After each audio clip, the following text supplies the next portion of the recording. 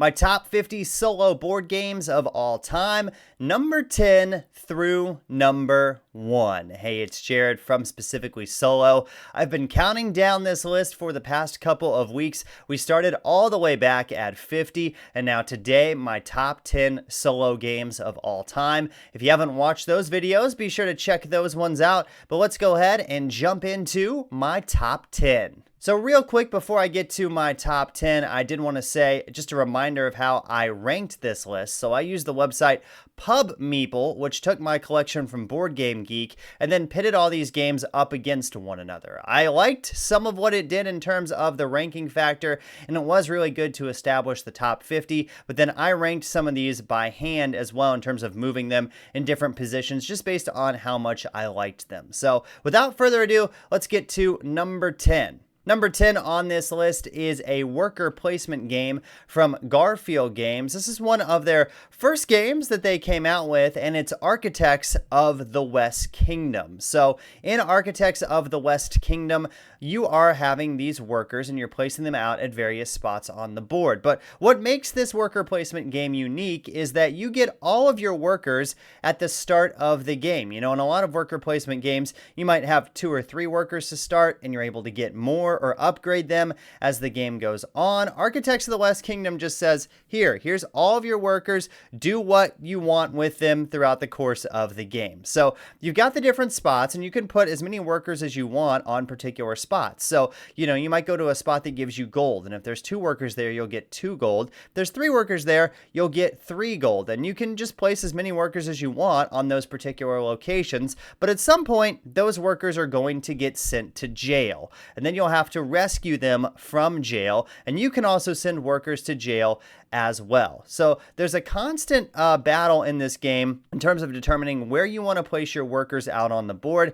how many workers you think you can get away with in a particular spot before the solo mode says, nope, that's too many workers in that location. You got to send those guys to jail, and now you're going to have to bail them out. You're also building things throughout the course of the game. That's why it's called Architects of the West Kingdom. You're going to have these building cards that you are working on. You're also trying to construct this cathedral as well throughout the course of the game. And I really enjoy Architects of the West Kingdom just because all the worker placement spots are really different. There's so many different ones to choose from, but it is not a hard game to understand it all. The solo mode is also really easy for this game. It is just a deck of cards. You're going to flip over a card, see where the solo mode places their worker, and then it is back to your turn. So I enjoy the simplicity of how the game runs. It is a very smooth game, but still a lot of decisions that you have to make throughout the course of the game. Also, if you really enjoy this one solo, there is an expansion that came out called Works of Wonder, which adds a lot of different solo opponents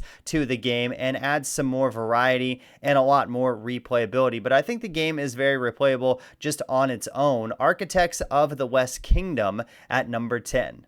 Number 9 is a solo-only card game, a hand management game from 25th Century Games. That is Witchcraft. This is kind of a re-implementation of Resist, which came out a few years ago from 25th Century, but I like this version better. So in this game, you have a coven of witches in your hand, and every turn, you're going to have to decide if you want to play those witches hidden or revealed. If you play your witch hidden, it's going to have an ability, and it's going to go back into your deck that you'll get to use, later on again in the game. If you play the witch revealed, it's going to have a more powerful ability than if you played it hidden, but it's likely gone from your deck for the rest of the game. So you're constantly having to decide which witch you're going to play hidden and which ones you're going to play revealed. You have various missions that you are going to complete that are out on the table, and you're trying to get a certain number of those done to win the game. You also have jury members in this one, which is different from Resist. You're trying to influence those jury members, which will also help you win at the end of the game as well. You're going to lose this game more than you win this one. This is a very difficult game to win, but I think that's one of the reasons why I enjoy it so much, is I constantly want to come back to the challenge of trying to beat the game. I also love the artwork in this game. I feel like this game is just dripping with theme. It's a really fun one to play around Halloween or a spooky time of the year.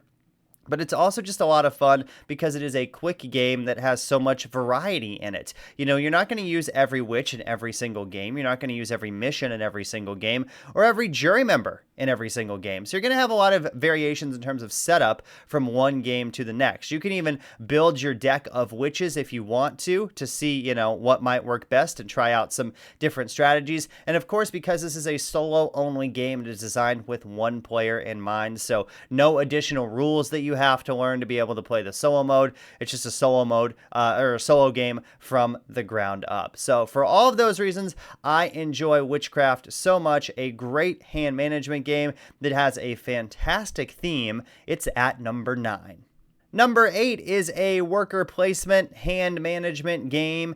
This is another Garfield game. This is Raiders of Cythia. So in Raiders of Cythia, you are raiding various spots on the board, and you are collecting resources that you might use for other things during the game, or you might decide to hold on to them and they will score you points at the end of the game. One thing I really enjoy about Raiders of Cythia is the progression factor. So when you start out, the raiding spots will be pretty easy, but you won't get very much for going to those particular spots. But as the game goes on and you build up your crew members that you have and their various abilities, you're going to be able to raid spots on the board that are going to give you more and more stuff. And that's what I really enjoy about this game, is when you raid one of those spots that you've worked up for, you know, the whole game or for a lot of the game, it feels really, really good to be able to get all of those resources into your area and use them for other things. The solo mode for this one is very, very easy to run as well. I really enjoy the artwork once again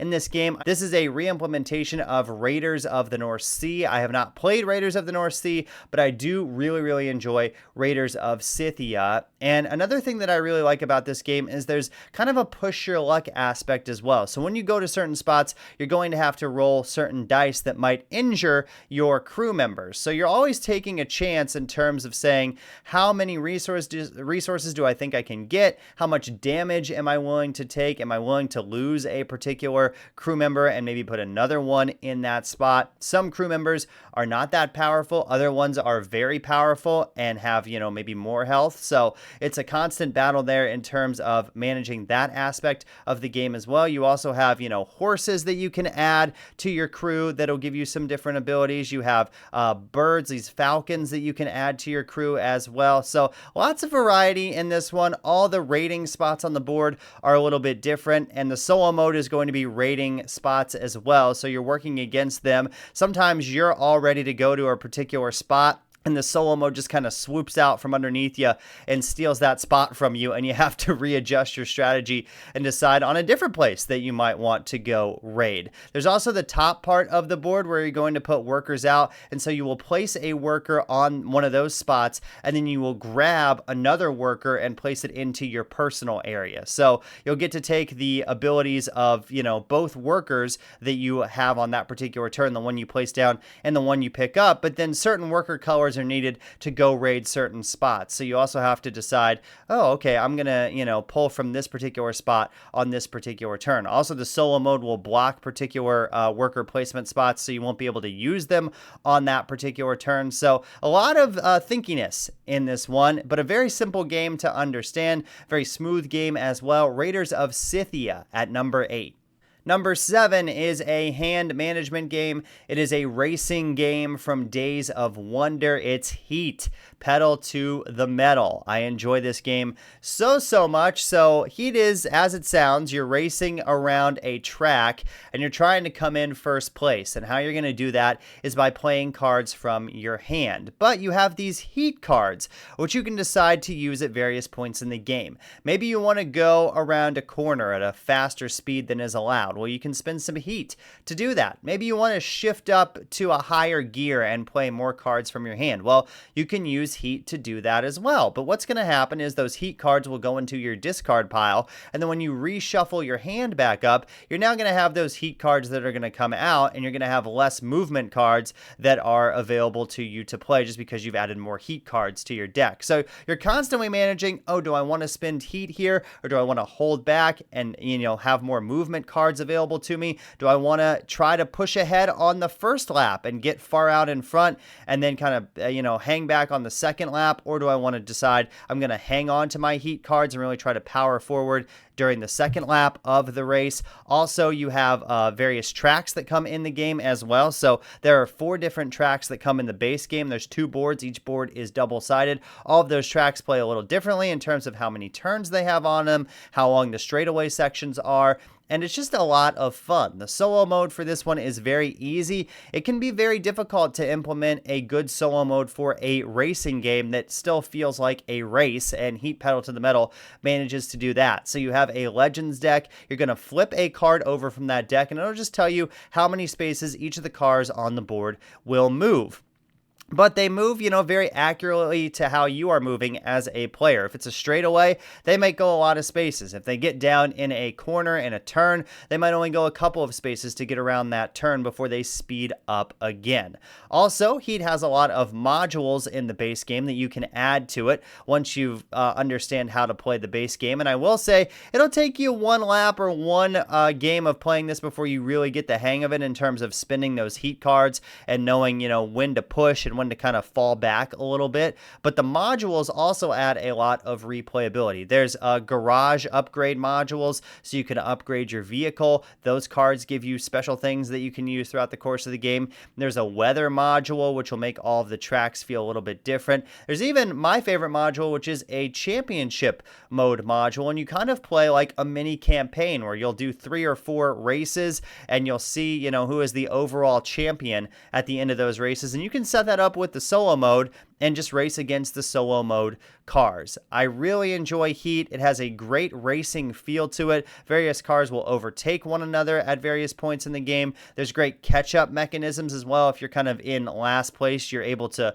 maybe jump ahead a couple of spots. You can slipstream depending on where you line up behind other cars. So for all of those reasons, a great racing game, one that I enjoy and love playing so much. I will tell you, it does take up a lot of table space. Those tracks are pretty big, so just keep that in mind if you're interested in this one. Great artwork as well. Heat Pedal to the Metal at number 7.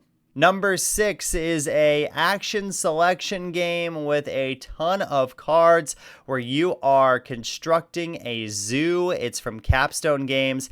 It is Ark Nova. This is a beast of the game. This might be the biggest game on this list in terms of table presence and just how much stuff is going on, but I find it very easy to understand. All of the things in this game make sense. It has a very high weight or difficulty level, if you will, on Board Game Geek, but I find it very, very smooth. So in Ark Nova, you have all of these various animal cards that you are trying to get into your zoo, and they're going to score you points based on how you do various things throughout the course of the game. Also, another really cool thing about Ark Nova is the action selection mechanism. So you're going to have 5 actions that you can take during the course of the game, and they're on these cards. And when you take one, you slide it down and put it in the first spot on your player board. So now it only has a strength of 1. So you're constantly trying to decide when to take particular actions. You can take it at a strength of 2 or 3, but it won't be as good as if you take it at a strength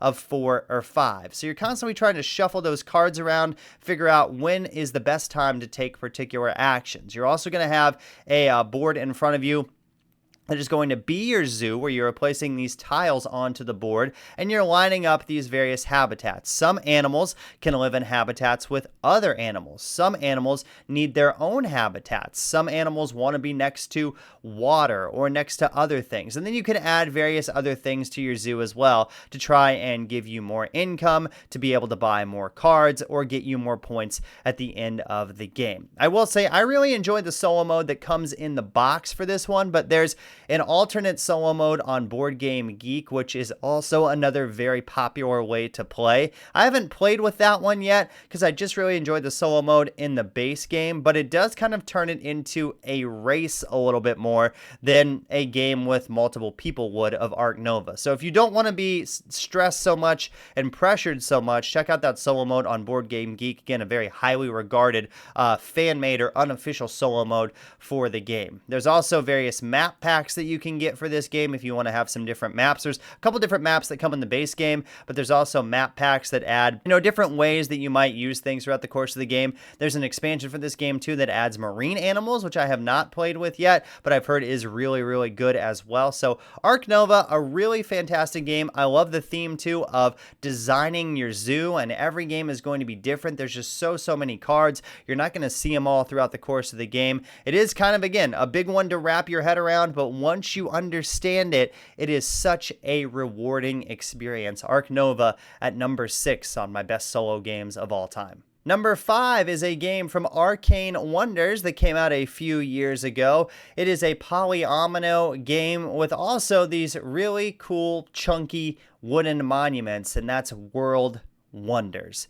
World Wonders is fantastic. So throughout the course of the game, you are going to be buying these polyomino pieces to put onto your board. And that's pretty standard. You've seen that in a lot of other games at this point. But where World Wonders really shines are the monuments. They are all wooden. And they have such a fantastic tactile feel to them. And all of them have different conditions that you have to meet to try and get them onto your board. Also, this game has a really interesting way it uses your money that is available to you. So all of those polyomino pieces or roads or whatever you're getting are going to cost you money during that particular round. But then your monument is just however much money that you have left. So if you really want a particular monument, you can take it really early in that round and spend maybe 4 or 5 coins on it. Or you can say, you know what, I think I'm going to try to go one more turn and then get it on the next turn. So you're constantly having this push your luck battle of, do I want to grab that monument now? Do I want to wait? Trying to set up things for monuments on your board. Monuments do score you a decent amount of points, but also doing other things like putting, certain colors of polyomino tiles next to each other, making sure there's no open spaces around polyomino tiles. So you create these little districts. Also, there's these forest spaces on the board. You're trying to keep those open to score you points at the end of the game, but inevitably you'll want to put something on a couple of those spots throughout the course of the game. The solo mode is really easy for this one too. It's just a deck of cards. You're going to flip one over and it's going to take something that was available to you. And inevitably, it always takes the piece that you want or the thing you wanted to do on that particular turn. If you're building up to get a monument, it might take that monument from you. If you want, I really want this square piece to go right here, or I want this kind of, stair step piece to go right here, it'll grab that piece from you. So it does really play like a real player. It's a very quick game, very easy game to understand, easy to set up as well, but those wooden monuments are just so cool. They have such a fantastic table presence. They've released an expansion for this game, which has more monuments that come with it, and again, all of those have different conditions. Some want to be next to water, some want to be next to forest spaces, some want certain colors of polyomino tiles next to them, or maybe they want to be next to a road, and some of them, take up a lot of spaces on your board. Some of them just take up a few. Some of them you can even space out a little bit as well, depending on what the monuments are, and they're all based on real world wonders, which is why the game is called World Wonders. I just really enjoy this game. It's my favorite polyomino game on this list. I don't play a ton of polyomino games, but this one really shines for me. World Wonders, that is number 5. Number 4 is a deck building and worker placement game based on a very popular franchise from Dire Wolf Games. That is Dune Imperium. Wow, this game is fantastic. I've said that about all of these games in my top 10, but again, I just love Dune Imperium. So in Dune Imperium, you're going to have these workers that you're placing out at various spots on the board to get you various things, but you're also doing some deck building as well. You're going to have these cards that you are buying and adding to your deck that will help you during the course of the game. The theme in this one really comes through. It does feel like a very space science fiction theme, which is what the Dune movies and Dune books are based on. This one is based on the first Dune movie. So you're going to have characters from the movie that you were able to play as. The artwork is modeled after the actors in the movies, so like Timothy Chalamet as Paul Atreides, Rebecca Ferguson, other characters that are in the movie as well. And all of those characters that you can play as have different little special abilities. You have a signet ring card, and when you play that, you get to use your character's special ability. And so all of those set up a little bit differently. You're also trying to gain influence with the various factions throughout the course of the game, because those are going to get you points. The first person to 10 points wins. That's not a lot of points, so every point is extremely valuable in this game, and it feels great when you finally earn a point, because you might go from 7 to 8, or sometimes you might even earn 2 points on a particular turn. And I know that doesn't sound exciting while just talking about it, but when I tell you that is such a rewarding factor to be able to say, I went from 7 to 9 points, I only have to get one more to win the game. There's also combat that takes place every single round, which is a big way to earn victory points or earn influence with various factions. So you will have these cubes that you place out, and you'll have a different combat strength every single round based on what cards you decide to add to that, or how many combat cubes you are able to place out on that particular turn. The solo mode for this one is really, really fantastic. So you're actually going to play against 2 different opponents in the solo mode, and so it'll be like you're playing a 3-player game of Dune Imperium, and you're working against those opponents. They're obviously going to go to various spots on the board, and once a worker's there, nobody else can go there that particular round. For combat, they're going to vary in combat too. Sometimes you'll win combat, sometimes they will win combat.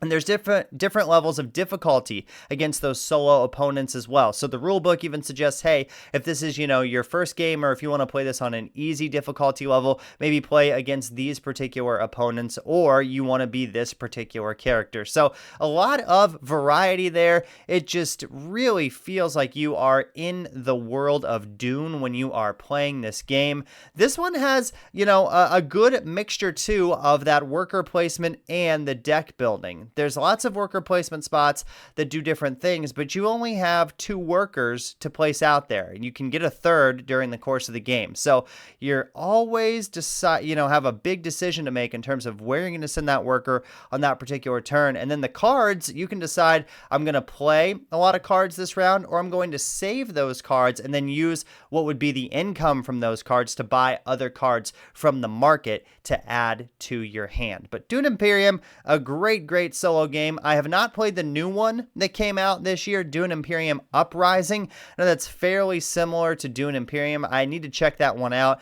But for right now, Dune Imperium is just a great game for me. I don't see myself having it leave my collection anytime soon. Dune Imperium at number 4 on my top 50 solo games of all time. So number 3 on this list is another Garfield game. They have 3 games in this top 10. This is a flip and write. This is Hadrian's Wall. This is a flip and write on steroids. It is the best roll and write / flip and write game I have ever played. I have not found one that eclipses this yet. So you have 2 sheets that you are going to be working on, and you're going to be filling in various tracks on those sheets throughout the course of the game. You have all of these different types of workers, and they can be used to check off different spots on your player sheets. But what makes Hadrian's Wall so cool is the combos that you are able to create. There are so many turns in this game where you will use a blue worker to get a purple worker, and then use a purple worker to get a black worker, and then maybe you get a yellow worker or another blue worker, and you're just like constantly checking off things and be like, oh, I could go over here and I could use this, and then I get another one, and then I could put this over here and I could use that and get another one. Oh, and because I have this, that lets me do this. I mean, there's just so much going on, and once you're in it, you're just not going to pop your head up from the table while you're playing this. You're going to just be looking down at your sheets, being like, these combos are so great. I enjoy this so much. So this is a pretty in-depth, flip and write game that is going on here. These 2 sheets have lots of different spots that you are going to. There's different, not factions, if you will, but like types of workers that you're advancing on those tracks. There's also different things you can build throughout the course of the game that then you're able to send workers there. So it's like a new worker placement spot has opened up. But I think this one is just so fantastic. At the end of every round, you're going to have this attack phase that happens because it's called Hadrian's Wall. You're trying to build up this wall, and sometimes you might take, you might get hit, not get hit at all, and you're able to defend all of those attacks. Sometimes you are going to get hit, so you have to have various things happen that might give you some negative points, or you might have to remove a worker or things like that throughout the course of the game. There's just so many different ways to score points in this game, so many different worker placement spots, so many different tracks that you can go on. The solo mode is, again, really, really easy for this one, and there's even a solo campaign that you can print out, which creates some different, setup conditions and things that you are trying to do, and really adds a lot of replayability to this game. But this game's already just highly replayable even without that solo campaign that you can download and put into the box. Again, my favorite, roll and write / flip and write, Hadrian's Wall at number 3. Number 2 is a game that came out last year. This is an engine building game with a massive, massive deck of cards, kind of like Ark Nova. This is Earth from Inside Up Games. So in Earth, you are growing your ecosystem, and you're going to have these various cards that you're putting into a tableau next to your, personal player board. And then every round, you're going to pick a particular action, and all of the cards that have that color on it, you will fire off those cards in that round. This is another game where you can really create some massive, massive combos, and there's so many different strategies on how to approach this one. You can decide, I'm going to load up on cards of one particular type and make, whenever I take that action, really strong. Or, okay, that's not available to me in this game, maybe I'll try out this different strategy. And there's so many different cards in this game. You're not going to see them all every single game. So every game is going to be different in terms of the variety and what comes out. There's different goal cards that you'll be trying to achieve. You'll have a different ecosystem set up every game as well. So there's so much I really love about Earth in terms of playing these cards and then taking that action and adding things to your board. You might be collecting soil. You might be adding these wooden tree pieces to various cards on your board, which will score you points at the end of the game. Sometimes cards score you points based on where they are next to other things in your tableau. Or one card might be, hey, if you have this as an action, you get to fire off, these other things that aren't this color, but because you have this card, gives you this special ability. So there's lots and lots and lots of different things going on in this game. And again, just that variety of cards, the combos that you can create, the actions that you take throughout the course of the game make this one really, really fun. I will say this does take up a lot of table space, and also those decks of cards can be a little bit of a pain to shuffle at times, but I think that is entirely worth it. You can also play this one on Board Game Arena, which is an online website where you can play board games if you're unfamiliar with that. And I think it works great on Board Game Arena just because you don't have to deal with all of that setup. But the setup is worth it. The game is worth it. I played this for the first time at Gen Con a couple of years ago, and the next day I went and bought the game because after that first play, I was like, this is a fantastic engine building, tableau building game. It is very multiplayer solitaire, which I think is why it works well for a solo game. You're not doing a lot of interaction with other players around the table. You're just kind of working on your own personal board. If you play this with multiple people, it does say, I'm going to take this action this time.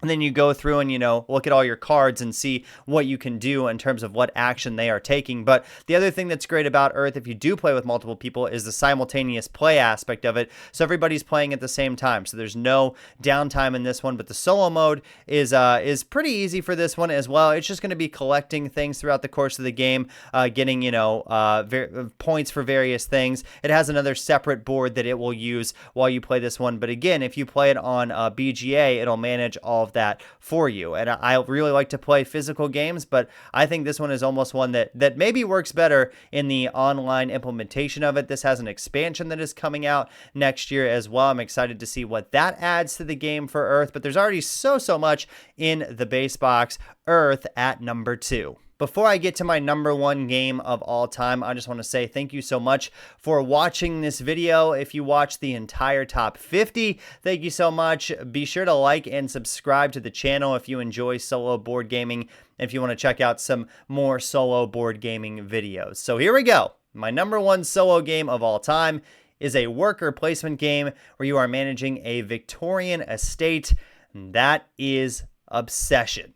This game is excellent. There's so many things I love about this game, which is why it's number one on my list. I love the theme of this game. Now, I'm not somebody that gets into this whole British royalty thing very much, but I think the theme comes through so well in Obsession. So you have these different workers. They're all different types of workers. And then each round, you are going to host an activity in a certain room in your estate. So you'll place this building tile out on your board and you're saying, I'm hosting this round. Maybe we're having tea. Maybe we're playing a croquet game. Maybe we're having a dance, whatever the case may be. You're going to say, I'm going to put that tile out. I'm going to put workers on that tile. You have to have, though, the certain types of workers to be able to host that event. You also then decide, once you place a worker out there, which guests are going to come to that event, and those guests are going to give you different things as well. Some guests get you money. Some guests get you more cards that you're able to put into your deck of guests. So there's a little bit of deck building going on throughout the course of the game, too. Some guests, though, are not good guests. They're going to create negative situations for you, and you want to get them out of your hand as quickly as possible. So Obsession just has so much going on that you are thinking about throughout the course of the game. Also, your workers are going to, after you use them, go to a rest area. It's going to be a couple of rounds before you can use them again. I think this is just such an excellently designed game. It is very, very easy to understand. The rounds go very quickly during the course of the game. And so another thing that you are having happen is you are going to be buying these building tiles from a market as well. So you'll be spending money to add those as various things that you can host or do in future rounds. Also, once you host an event or use a particular building tile, you will flip it over. And that might score you more points at the end of the game. That might now require more workers to be able to host that event because it's going to get you something better than the first time that you hosted it. There's also goal cards that you are working towards as well. And there's various events that are going to happen every couple of rounds that are going to be special things that you can do. Like one round, you can buy as many building tiles as you want that round. Normally, you can only buy one, but in that round, that special event is you get to buy as many as you want. So you might save up a lot of money and say, okay, now I'm going to buy a bunch of these building tiles. It just works so well. It flows so nicely. The theme comes through in everything that is happening in this game. And so the goal cards are courtship cards. And so you are trying to have maybe a specific number of a certain type of building tile, and whoever has the most of that is going to score points. So some games it'll be, hey, we really want a lot of sporting events in this particular games, or we really want a lot of estate activities that happen in this particular game, or prestige things that happen in this game. So lots of different things that you are doing throughout the course of the game. Also, the solo mode for this game is really, really fantastic. You're going to choose an opponent to go up against, and those opponents have different difficulty levels. There's 12 different opponents that come in the base game for Obsession that you can play against. There's some expert ones, there's intermediate ones, and there's beginner ones as well. And all you're going to do for the solo mode is roll a die, and it's going to take a building tile from a particular spot, and you're just going to remove that tile from the game. Or it might take what is a monument tile, which are some special tiles that come up throughout the course of the game as well. And then you have the courtship phase of the game for the solo mode, where you are just comparing how many points the solo mode would get for that particular courtship based on how many points you have for courtship of that particular thing, and that is who wins the courtship for that round. So a very, very easy solo mode to go against, but all of the solo mode opponents are a little bit different in terms of what they are prioritizing, so your strategy will change throughout the course of the game as well. I just love this one. It's got so many different types of things going on, but they all work together so effortlessly. It's such an easy game to understand, and again, the theme comes through in this one so much. It is one, again, my favorite solo game of all time. Obsession at number 1 on the list. So thank you so much for watching this video. Just to recap the top 10 here in this top 50 solo games of all time. Number 10, Architects of the West Kingdom. Number 9 was Witchcraft. Number 8, Raiders of Cythia. Number 7, Heat Pedal to the Metal. Number 6, Ark Nova. Number 5, World Wonders. Number 4 was Dune Imperium. Number 3 was Hadrians Wall. Number 2 was Earth. And number 1 was Obsession. Thank you so much for watching. I'll have a video soon of my top 10 solo games that came out in 2024. So look forward to that. Be sure to like and subscribe if you enjoyed this video. Until next time, I'm Jared. You've been checking out Specifically Solo.